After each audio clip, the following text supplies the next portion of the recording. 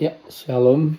Renungan dari Kejadian 25, ini pasal yang menarik ya, di mana di pasal ini transisi cerita yang tadinya fokusnya pada Abraham, ceritanya Abraham sekarang fokusnya shift ya, pindah ke garis keturunan yang dari Ishak ya.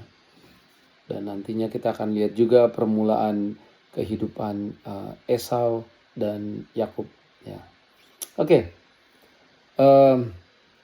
Kita lihat di Kejadian 25 ya, di ayat 1 ini Abraham mengambil seorang istri lagi namanya Keturah ya, dan melahirkan dari Keturah Zimran, Yoksan, Medan ya. Medan ini bukan orang-orang yang ada di Medan sana ya. Midian ya, Midian ini menarik ya, karena dari Midian ini kita nanti akan ada dengar cerita Musa lari ke Midian ya, Isbak dan Suah ya. Kalau tadi saya Google, orang-orang ini adalah orang-orang suku kaum yang ada di daerah Arab ya, di padang gurun. Terus juga dikasih tahu juga anak-anak dari mereka semua ya, Yoksan, Sheba, Dedan ya, keturunan Dedan ialah Asyur, orang Letus dan orang Leum, dan juga anak-anak Midian dan anak-anak Isbak dan Suah juga ada ya. Dan itu keturunan dari Keturah. Nah, setelah itu ayat 5, Abraham memberikan segala harta miliknya kepada Ishak. Jadi segala harta miliknya diwariskan ke Ishak, tetapi kepada anak-anaknya yang diperoleh dari gundik-gundiknya. Nah, jadi selain istri Keturah, Abraham juga punya gundik-gundik ya. Ia hanya memberikan pemberian ya, gifts ya, hadiah lah gitu. Kemudian ia menyuruh mereka masih pada waktu ia hidup untuk mereka pergi ninggalin Ishak ya, jangan tinggal barengan ya. Mungkin di sini Abraham udah tahu ya, berdasarkan masa lalu bersama dengan ponakannya Lot, di mana gembala-gembala mereka karena udah tambah banyak ya, jadi mereka ada konflik. Jadi Abraham mungkin dia udah punya pengalaman itu, makanya mereka disuruh pergi ya, meninggalkan Ishak ya. Ayat 7, Abraham mencapai umur 175 tahun lalu ia meninggal ya. Dan kalau kita lihat sini sebenarnya ya 170 tahun karena dia punya anak umur 100 dan dia masih hidup 75 tahun ya. Nanti kita akan lihat Ishak itu dia married dengan Ribka umur 40 dan punya anak umur 60.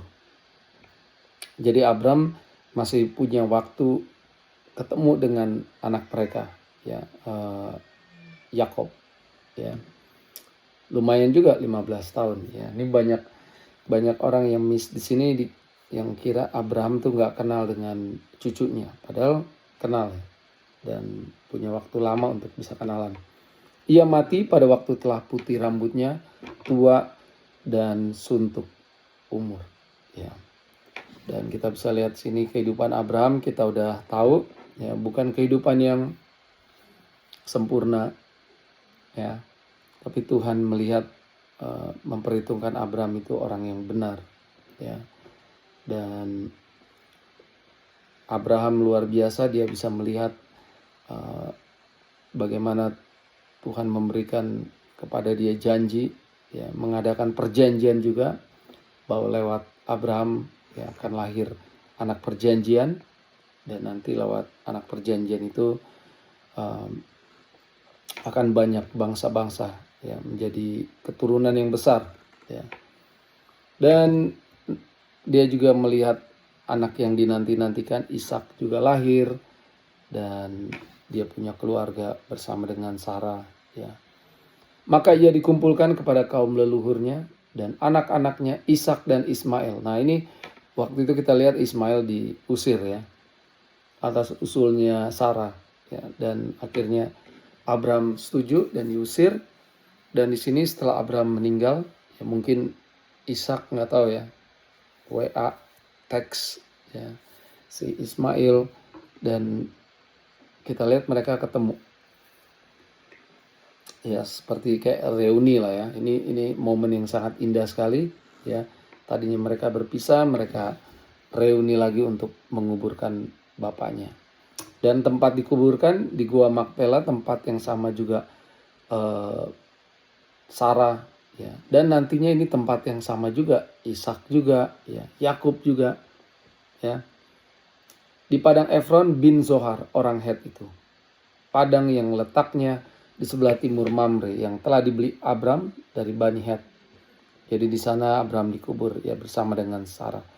Dan setelah Abram mati, Allah memberkati Ishak anaknya itu, dan Ishak diam dekat sumur Lahai-roi. Ya kita bisa lihat sini, oke, ceritanya Abram udah selesai, dan cerita perjanjian lanjut terus. Perjanjian yang Tuhan lakukan dengan Abram lanjut sekarang ke Ishak ya, sekalipun Abram udah mati. Jadi Tuhan gak berhenti ya, misinya Tuhan terus berjalan ya. Lanjut kita akan sini ceritanya keturunan Ismail dari ayat 12 sampai 18 ya. Dan di sini kita lihat ya, inilah anak-anak Ismail ayat 13 disebutkan menurut urutan lahirnya. Nebayot anak sulung Ismail, selanjutnya Kedar. Nah, Kedar ini kita tahu ya, kita sering sebut orang-orang Muslim itu kaum Kedar.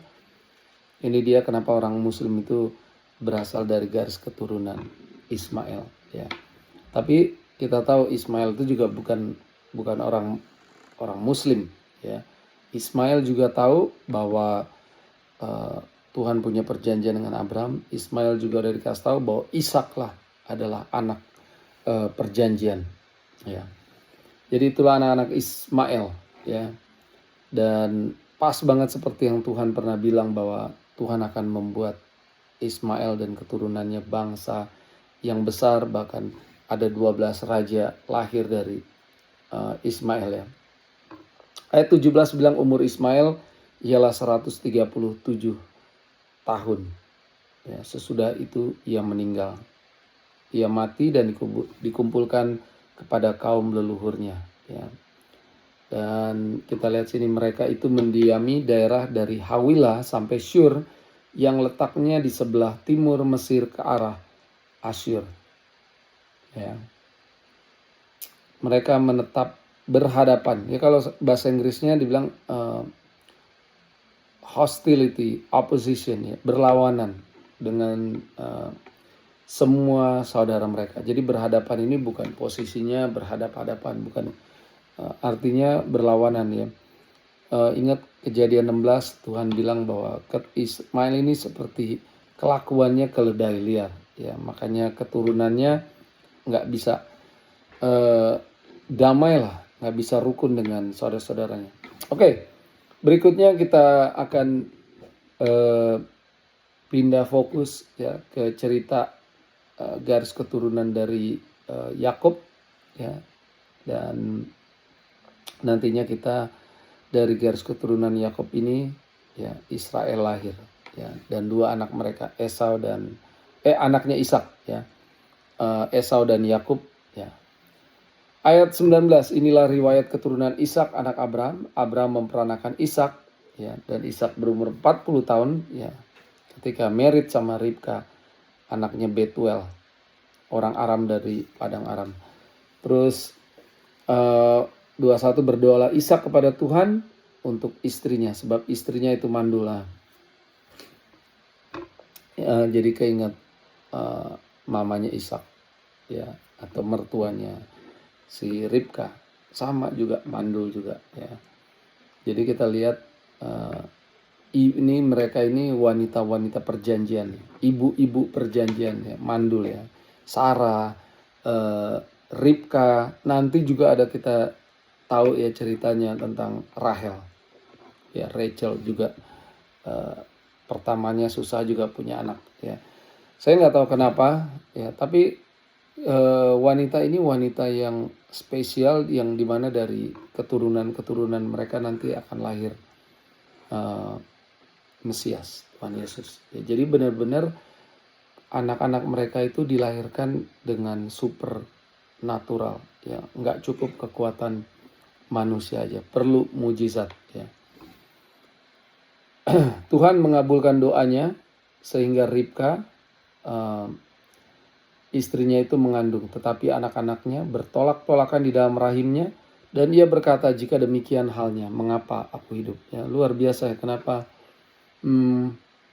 mereka tahu ada anak-anaknya itu kayak berantem terus dalam kandungan. Tapi kok bisa ya? Harusnya senang dong, udah lama nggak punya anak, ya. Akhirnya mengandung, tapi Ribka malah bilang, kalau begini kenapa aku hidup, ya? Saya nggak tahu kenapa dia bisa berpikir seperti ini, ya. Dan ia pergi meminta petunjuk kepada Tuhan, ya. Karena memang ini mah kalau secara medis ini bukan pergerakan fetus yang normal, ya. Tapi kita tahu ya nantinya ini adalah sebenarnya sejak dalam kandungan mereka bertolak-tolakan, mereka berantem dalam kandungan. Ini sepertinya ini simbol dari konflik di masa depan ya antara dua bangsa. Firman Tuhan kepadanya, dua bangsa yang ada dalam kandunganmu, dan dua suku bangsa akan berpencar dari dalam rahimmu. Suku bangsa yang satu akan lebih kuat dari yang lain, dan anak yang tua akan menjadi hamba kepada anak yang muda. Ya, ini Tuhan kasih tahu sama Ribka bahwa ada dua bangsa dalam kandunganmu. Ya, yang satu lebih kuat daripada yang lain. Ya, dan lucunya katanya yang paling tua akan menghamba pada yang paling muda. Ya, padahal kalau kultur zaman kuno dulu kan biasanya anak pertama itu yang punya otoritas, yang menerima warisan. Tapi di sini kita lihat Tuhan merubah, ya. Tuhan merubah sistemnya. Ya. Banyak yang kita tahu juga kemarin cerita Kain dan Habel. Ya, Abel yang Tuhan terima persembahannya, Kain enggak. Ya. Terus juga cerita Ismail lahir duluan, baru Ishak. Jadi Ismail itu harusnya anak pertama, abangnya Ishak. Ya, tapi Ishak yang menjadi pewaris perjanjian itu. Ya, nanti juga kita akan lihat di sini ya hal yang sama. Ya, juga cerita keluarganya Daud. Ya, Daud punya banyak saudara, tapi dia yang terpilih. Ya. Oke.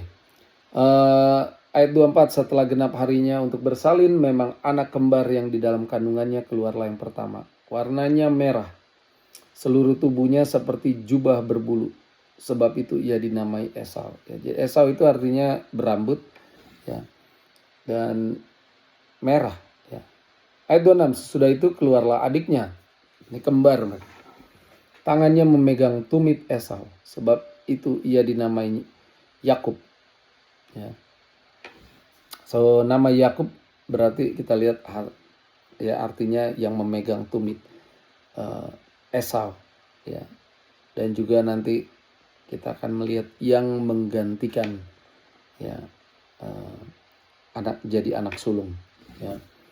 Dan kita bisa lihat mereka dari kandungan aja mereka udah tolak-tolakan, gontok-gontokan, ya. Ishak berumur 60 tahun pada waktu mereka lahir, ya kan? Karena mereka merit Ishak umur 40, punya anak umur 60, berarti Ishak menantikan 20 tahun, ya. Dan kita menuju ayat 27, ya. Ini semakin menarik ya tentang dua anak kembar ini. Lalu bertambah besarlah kedua anak itu. Esau menjadi seorang yang pandai berburu, seorang yang suka tinggal di padang, tetapi Yakub adalah seorang yang tenang, yang suka tinggal di kemah. Ishak sayang kepada Esau sebab ia suka makan daging buruan,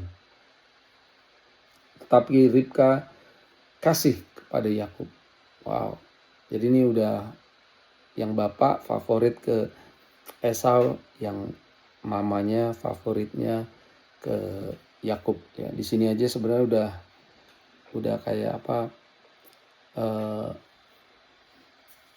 bilang kayak major parenting mistake ya, udah terjadi ya, dimana kita tahu main favoritan itu biasanya akan berujung konflik di masa depannya ya. Ayat 29, pada suatu kali Yakub sedang memasak sesuatu, lalu datanglah Esau dengan lelah dari padang.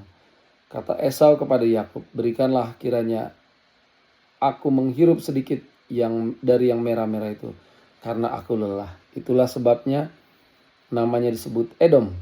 Tetapi kata Yakub, jualah dahulu kepadaku hak kesulunganmu. Ya, wow. Ya, memang kalau udah lelah ini pencobaan tuh bisa datang. Ya. Dan kita lihat di sini nggak tahu kenapa Yakub ini melihat peluang, ya peluang untuk bisa ngerebut hak sulungnya itu ya. Dan kenapa sih hak sulung itu penting? Ya kita tahu kalau anak yang pertama itu kan bisa dapat warisan ya. Kalau adat orang dulu ya. Terus bisa yang meneruskan jadi pemimpin dalam silsilah keluarga. Dan kalau di konteks ini pastinya ya yang akan meneruskan perjanjian yang dulu ya, Tuhan bersama dengan Abraham, terus sekarang dengan Ishak, ya sekarang dengan siapa yang memegang hak sulung ini ya. Jadi ini hak kesulungan ini benar-benar ini sangat berharga sekali. Ayat 32, sahut Esau, sebentar lagi aku akan mati ya. Apakah gunanya bagiku hak kesulungan itu? Tahu dari mana dia? Sebentar lagi aku akan mati. Mirip banget sama Abraham. Waktu dia merasa udah tua, nggak mungkin lagi punya anak, ya dia bilang dia mau mati. Ya, padahal cuma Tuhan yang memegang kehidupan, Tuhan yang tahu kapan kita mati. Ya, bukan urusan kita. Ya. Dan kita di sini juga bisa lihat ya karakter Esau itu kayak gimana. Karena lelah, ya dia cuma mau menghirup aja baunya ya, yang merah-merah ya dari buatannya Yakub. Dia mau memberikan hak kesulungannya itu ya. Jadi dia menggantikan kesenangan sesaat ya daripada berkat yang akan dia terima selama-lamanya ya. 33, kata Yakub, bersumpahlah dahulu kepadaku. Wow, main sumpah-sumpahan. Maka bersumpahlah ia kepada Yakub dan dijualnya lah hak kesulungannya kepadanya. Wow, ya. Jadi warisan rohani akhirnya dijual hanya untuk satu mangkok sup ya, makanan. Lalu Yakub memberikan roti dan masakan kacang merah itu ya kepada Esau. Ia makan dan minum, lalu berdiri dan pergi. Demikianlah Esau memandang ringan hak kesulungan itu ya. Ini kata yang tragis ya kalau kita lihat. Demikianlah Esau memandang ringan hak kesulungan itu. Ini kalimat yang sangat tragis ya. Jadi Esau ini memang nggak melihat hak kesulungan itu sesuatu yang istimewa, sesuatu yang sakral. Dan lucunya Yakub melihat ya. Ya kita itu dia ya, Kejadian 25 ya, kita bisa lihat bagaimana Tuhan memilih Ishak daripada Ismail. Kali ini kita lihat ya Tuhan sendiri bernubuat yang muda ya yang tua akan menghamba pada yang muda ya. Dan kita bisa lihat karakternya Esau ya, bagaimana keinginan sesaat ya itu bisa menghancurkan berkat yang harusnya kita pegang, kita terima untuk selama-lamanya ya. Jadi Esau ini seperti merepresentasikan orang-orang yang yang pikirannya pendek gitu ya. Cuman gara-gara pengen sesuatu dia harus dapetin sekarang juga ya. Itulah Esau. Sedangkan kalau kita lihat Yakub, nggak tahu kenapa dia pengen banget hak kesulungan. Berarti dia tahu hak kesulungan itu sesuatu yang valuable, sesuatu yang bernilai banget ya. Tapi kita memang kita bisa lihat ya, Yakub juga manipulatif ya. Dan bagaimana tadi kita lihat dalam kekeluarganya Ishak dan Ribka ini ya, mereka main favorit-favoritan ya, dan akhirnya nanti kita lihat di pasal-pasal berikutnya bagaimana terjadi konflik keluarga ya. Ya, itu dia ya, dua anak kembar ini yang merepresentasikan dua bangsa yang berbeda. Ya, nantinya kita akan lihat Yakub akan membawa kita kepada umat Israel dan Esau kepada Edom. Ya. Oke, itu aja. Tuhan berkati. Sampai ketemu di Kejadian 26.